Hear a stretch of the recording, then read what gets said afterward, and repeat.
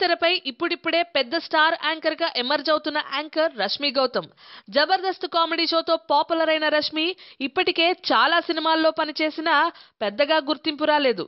అయితే Rashmi solo heroine గా వెండితెరపై కనిపించిన సినిమాలు మాత్రం ఫింగర్ టిప్స్ పైనే లెక్కేయొచ్చు.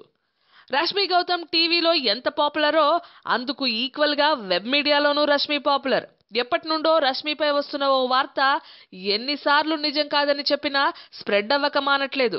అదే సుడిగాలి సుధీర్ అండ్ రష్మి గౌతమ్ల మధ్య ఏదో ఉందన్న వార్త. అయితే ఇప్పటికే చాలా సార్లు రష్మి గౌతమ్ అండ్ సుధీర్లు విడివిడిగా ఈ వార్తలని ఖండించినా ఇంకా ఆ నోట ఈ నోట ఈ న్యూస్ నానుతూనే ఉంది.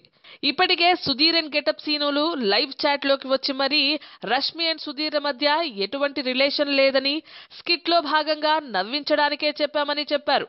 బట్ వాస్తవాలని పక్కన పెట్టి ఇంకా ఈ రూమర్ ని వెబ్ మీడియా హాట్ కేక్ లా పంచుతూనే ఉంది.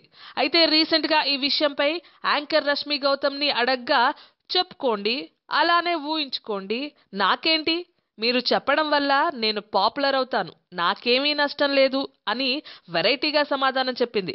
అయితే తన పాపులారిటీకి ఒక రకంగా సుడిగాలి సుధీర్ కూడా కారణమని ఇండైరెక్ట్ గా క్లూ ఇస్తోంది రష్మి గౌతమ్. అంటే ఏదో ఉన్నట్టేగా.